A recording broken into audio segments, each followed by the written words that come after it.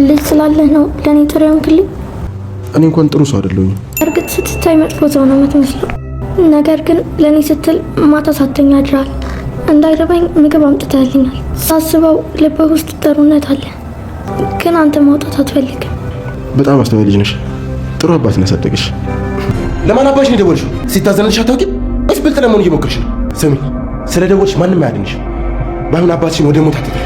ሁለተኛ ለማንም አልደውልም። አንተ እንዳልከኝ አደርጋለሁ። እባክህ ይቅርታ። ለኔ ይቅርታ አድርጊልኝ። አንቺ ምንም አላደረግሽም። እዚህ ይዤሽ መምጣት አልነበረብኝ። ልጄን ላገኛት ነበር። ትንሽ ነበር የቀረኝ። ወይኔ ሴት እንዳለች አውቄያለሁ። ስልኩ ከመዘጋቱ በፊት ነው ትሬስ ያደረግኩት። ኤግዛክት ሎኬሽኑን ለማወቅ ነበር የተገኘሁት። ልጄ ባትራ፣ ልጄን አገኘልኝ። በጣም ነው የማመሰግነው።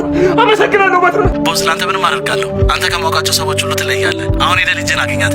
ይህንን በሷ መጨከን ትችላለች? አዎ እችላለሁ። ለሳብዬ እኔ ጠንካራ መሆን ነው የሚጠቅማት። እኔ ግን አልችልም።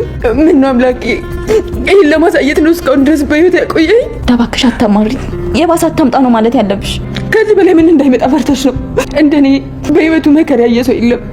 ግን አንድም ቀን አማርሬው አላውቅም። እንዲያውም ከነ ችግሬ ከነ መከራዬ ወደ እሱ ነው የሸሸሁት። ከቤቴ እንደወጣው ወደ ገዳም ነበር የሄድኩት። አንድም ካዳነኝ ከሞትኩም ደግሞ በቅፉ ልሙት ብዬ። በልጄ ሲሆን ግን አልችልም። በቃ በሷ ሲሆን እኔ ምንም ነገር መታገስ አልችልም። ተይ ማርዳ፣ እንደዚህ መሆንሽ ህመምሽን ከማባባስ ውጭ ምንም ነገር አይጠቅምሽም። እግዚአብሔር የምህረት አምላክ ነው። ልክ እንደ ጽድቃችን በመከራችንም ልናመሰግነው ይገባል። ሳቬላ እንግዲህ ዛሬም እንደታገተች ነው፣ አልተመለሰች። ጀምሯል የዛሬው ክፍል።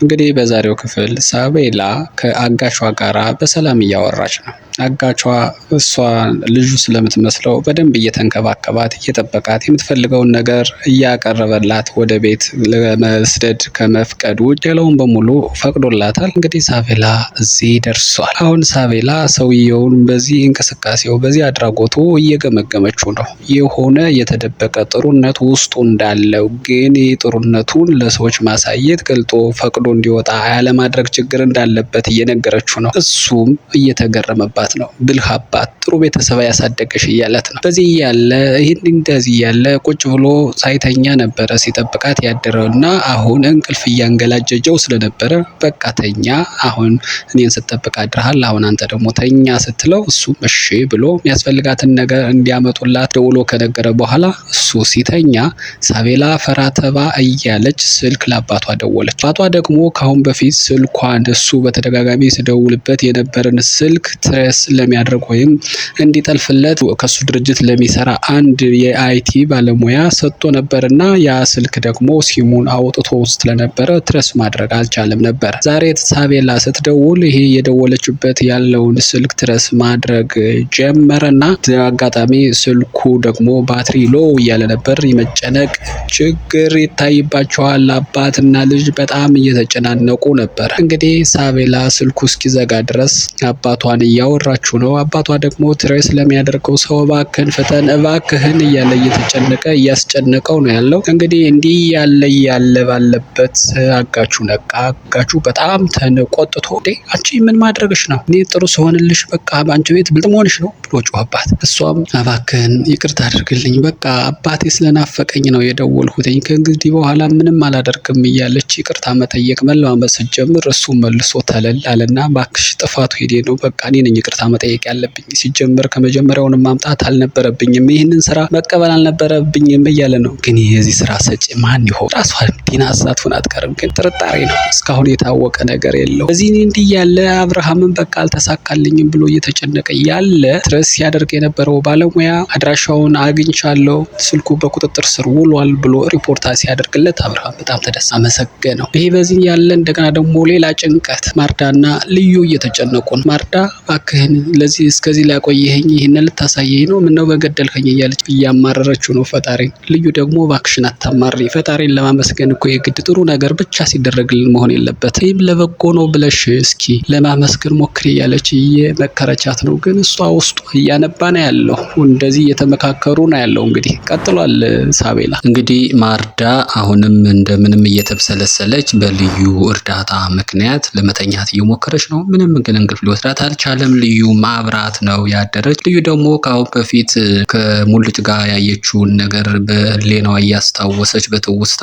እየተበሳጨች ነው ያለችው። በመጨረሻ ግን ኖርማል ወደ ራሷ ተመለሰችና የግድ ሳቤላ መገኘት ስላለባት ወደ ቤት ተመልሼ ሁኔታውን ማየት አለብኝ፣ ምናልባት አዲስ ነገርም ተፈጥሮ ሊሆን ይችላል እያለች እያሰበች ነው። እውነትም አዎ አዲስ ነገር ተፈጥሮ። ሌላው በዚህ ጉዳይ ደግሞ ዋና ደግሞ ተጨናቂ የሆኑት ደግሞ ዶክተሯና ኤፊ ናቸው። ዶክተሯና ኤፌሶን እየተጨቃጨቁ ነው። ዶክተሯ እንግዲህ ዛሬ አንተ ሳቤላን ካላገጥካት ያኔ በዚያ ቦታ ላይ በዚያ አይነት አለባበስ ያገኘው ለምንድን ነው ብላ አፋጣ ይዘዋለች። ይህንን ካልመለሰ ሌላ ነገር ሊያወሩ ወይም የነሱ ግንኙነት የመጨረሻችሁ እንደሆነ ስትነግረው መናገር ፈለግ። የመጣሁት እንዳልሁት በአጋጣሚ አይደለም፣ አስቤበት ነው የመጣሁት። ግን እውነቴን ልንገርሽ ሳቤላን አላገጥኋትም። እኔ የመጣሁት ማርዳን ለመከታተል ነበረ። ማርዳን የጠየኳትን ብር እንድሰጠኝ ብሩ አስፈልጉኝ ስለነበረ የሆነ ፎቶ ልሰጣት ነው። ያን ፎቶ ደግሞ አንቺ ካመጣሽው ቪዲዮ ላይ ወስጄ ነው ልክ እንድትፈራ ብዬ እያለ ሊያስረዳ ሲሞክር እሷ የበለጠ ጮኸች። እንዴት ህይወቴን አስይዤ ነፍሴን አስይዤ ያመጣሁትን ቪዲዮ እንዴት ለገንዘብ ብለህ አሳልፈህ ትሰጣለህ? እንዴት ምን ማደርግህ ነው? ቆይ አንተ ይህንን ነገር ስታወጣ እነሱ ያንን ቪዲዮ ቢለቁትስ ያን ሁላችንም እየፈራንበት የምንኖር ነው ወይስ ስለምንም አታስብም?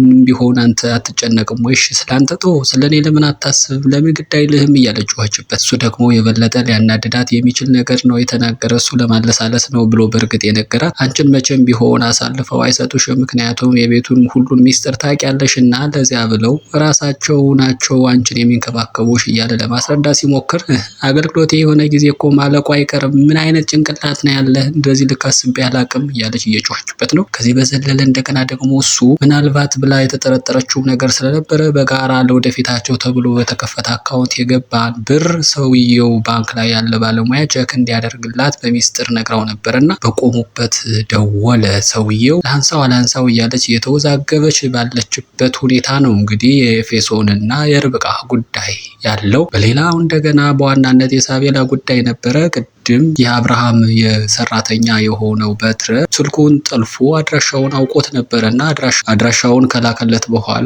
አብርሃም የሚያግዘው ሰው ይዞ ከላከለት አድራሻ መሰረት ሳቤላ ወደ ታገተችበት ክፍል እየደረሰ ነው። አብርሃም ሽጉጥ ይዟል። ልጁን ሳቤላን ለማስለቀቅ ሲወጣ ግን ፊት ለፊት ዲናን አገኛትና ወዴት ነው ልትሄድ ያለኸው እያለች መጠየቅ ጀመረች። እሷ ማርኮን ጋር እንደነበረች ሁላችን የምናውቅ ቢሆንም ብር ለማፈላለግ ወጥቼ ነው 100 ሺህ ብር አግኝቻለሁ፣ ምናልባት ትንሽ ብትሆንም እንኳን ልታግዘን ትችላለች እያለች ራሷን ለማቅረብ ለማዋደድ እየሞከረች ባለችበት አሁን ምንም አይነት ብር አያስፈልግም ልጄ ሳቤላ ደውላ በእናቷ የወጣችዋ ሳቤላ ደውላ ስልኩ እንዲጠለፍ አደረገች እያለ ማደናነቅ ሲጀምር ዲና ጓለች። ሳቤላን ለማድነቅ የግድ የማርዳን ስም መጥራት እኮ አይጠበቅብህም፣ በቃ ልጅቱ በማርዳ ሳይሆን በአንተ ነው የወጣህ እያለች ለመለፍለም ሞከረ። አብርሃም በዚህ ጭቅጭቅ ውስጥ መግባት የፈለገ አይመስልም። ልክ ነሽ ይቅርታ አድርጊልኝ ብሎ አሁን ሳቤላን ለማስለቀቅ አለችበት ወደ ተባለው አድራሻ ደርሷል።